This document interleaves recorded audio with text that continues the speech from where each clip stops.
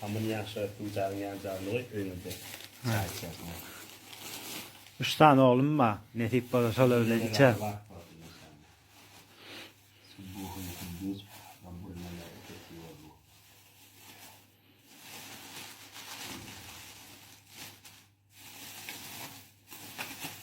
Subhanallah bihamdi. Subhanallah.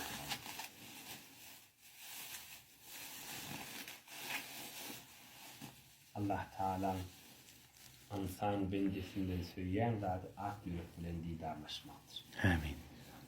Adam atamı Huday Teala yaradanını disla kubirun dadı. Ey Adam şeyle perişteler vardır. Şöyle falamına var gittir. Yine canini yürek dislakı denişi didarı ziyarete varmakmış. Bütün himme peygamberler ve bütün himme kavadımdan yolu da yürüyün falanın salamına varayım diyorlar. Tamam, switch sevgili.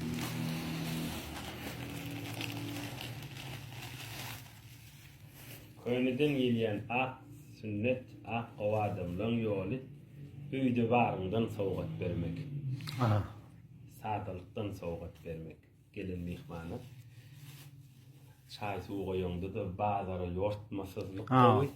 Soğuk verende de üyde varından vermek koy. Düşündünüz mü? Mihman yeli yortun bazılardan getirin diyeyim de onlar bağırmışlar. Şu bağırından çay suğu vermek.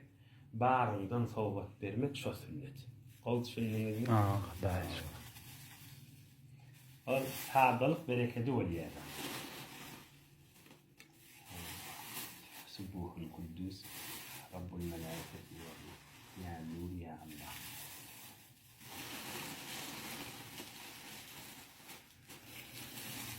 Subhanallah ve bihamdi. Subhanallah.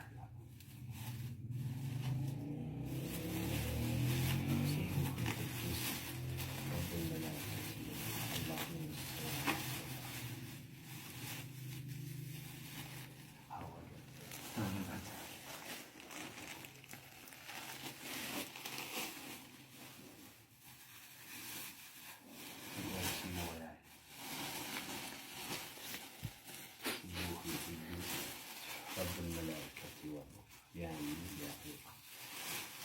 Ya kudüs ya Allah. Köyne layık bir ahir kâleme ya kâni alır ya ağır.